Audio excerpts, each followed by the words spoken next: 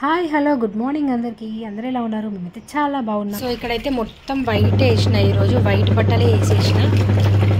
నేను వైట్ వన్నీ కూడా ఒక్కసారి వేస్తా, 1 వీక్ ఒకసారి. అలా మొత్తం white shirts, white banians, white లుంగీలు వేసిన.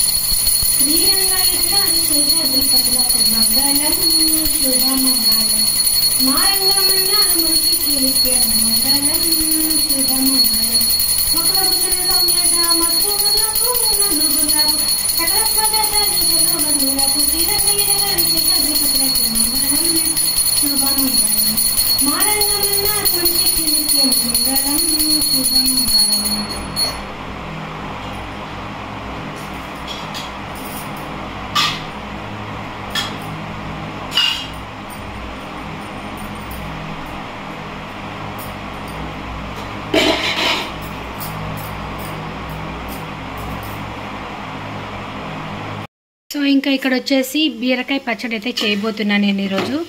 సో బీరకాయ అనేది మొత్తం మెత్తగా మంచిగా ఉడకాలి, కర్రీ లాగానే.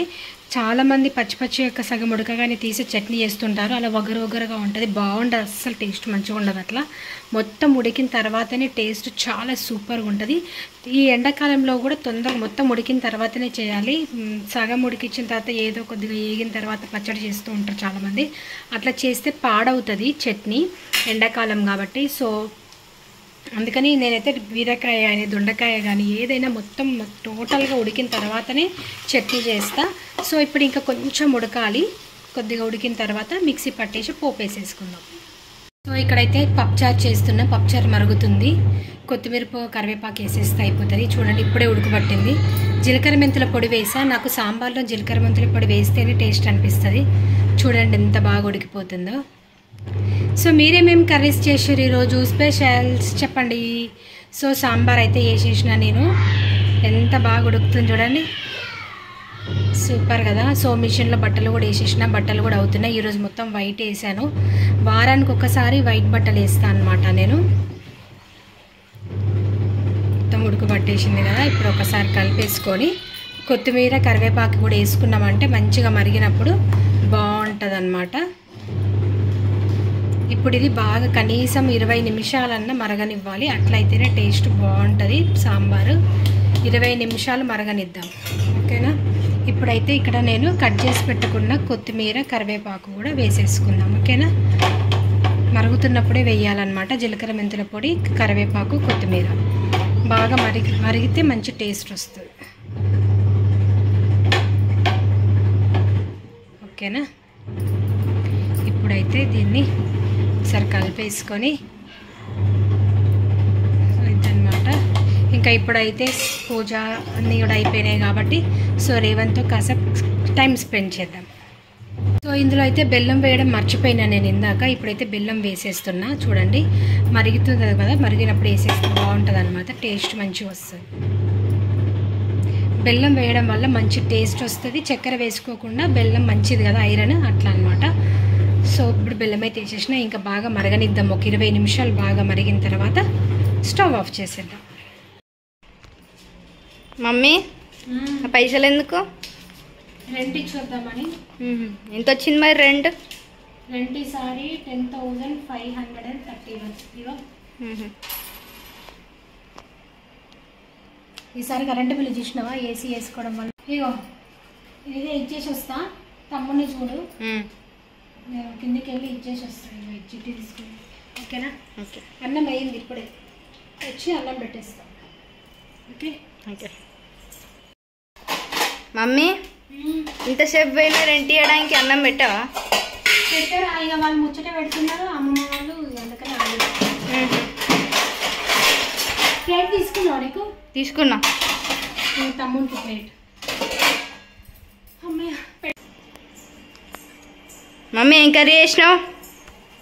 కర్రీ వచ్చేసి సాంబార్. ఇవ్వచ్చు సాంబార్ ఈరోజు మసులుతుంటే మస్తు టేస్ట్గా స్మెల్ వచ్చింది తెలుసా. సూపర్ ఉంది సాంబార్ ఈరోజు అయితే. సో ఇది సాంబార్, పెరుగు ఉంది లోపల తీసుకొస్తాం. రేవంత్ రాదా? రేవంత్ రేవంత్ వస్తున్నావా? ఇక పెరుగు చూడు, యమ్మీ యమ్మీ.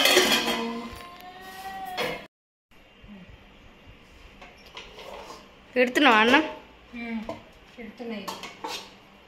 ఇది తమ్మునికి, ఇది నీకు. సాంబార్ వేస్తా. పాపడాలకి ఇట్లా ఏం లేవు అసలు. పాపడాలు ఏమైనా ఎంచితే బాగుంటుంది. తేమరి రేపు పాపడాలు తెస్తా, సాయంత్రం తెస్తా. ఎట్లా షాప్కి పోయేది ఉంది ఈరోజు, తెస్తా. తమ్మునికి కొంచెం మెత్తగా వేసినాక పోతా. నేనైతే ఇప్పుడు టీ పెడుతున్నా. ఈవినింగ్ అయిపోయింది అనమాట. మా సార్ ఇప్పుడే వచ్చారు ఆఫీస్ నుంచి. సో నేనైతే తాగలేదు అప్పుడు ఈవినింగ్ టైంలో. ఇంకా తను ఇప్పుడే వచ్చారు. 6:30 అవుతుంది టైం వచ్చేసి. అందుకే తనకైతే టీ పెడుతున్నా. నాకెందుకో తాగాలనిపించింది. వేడిగా ఉంది కదా, ఫుల్ వేడిగా ఉంది కదా, అందుకే తాగాలనిపించింది. నిమ్మకాయ రసం చేసుకోవాలనుకున్నాక నిమ్మకాయలు ఇవ్వు.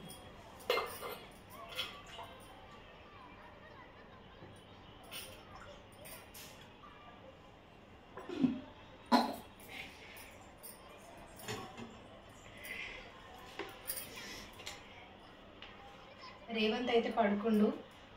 రేవంతుని లేపాలి. ఇంకా రేవంతుని లేపి మా సార్కి టీ ఇచ్చేసి ఫాస్ట్గా ఈరోజు అయితే డిన్నర్ తొందరగా కంప్లీట్ చేసి పడుకుందాం అనుకుంటున్నా. ఇంకో హెడేక్ ఉంది కొంచెం. ఓన్లీ రైట్ సైడ్ హెడేక్ వస్తుంది. ఇక్కడ రైట్ సైడ్ వస్తుంది ఎందుకో, చూడాలి.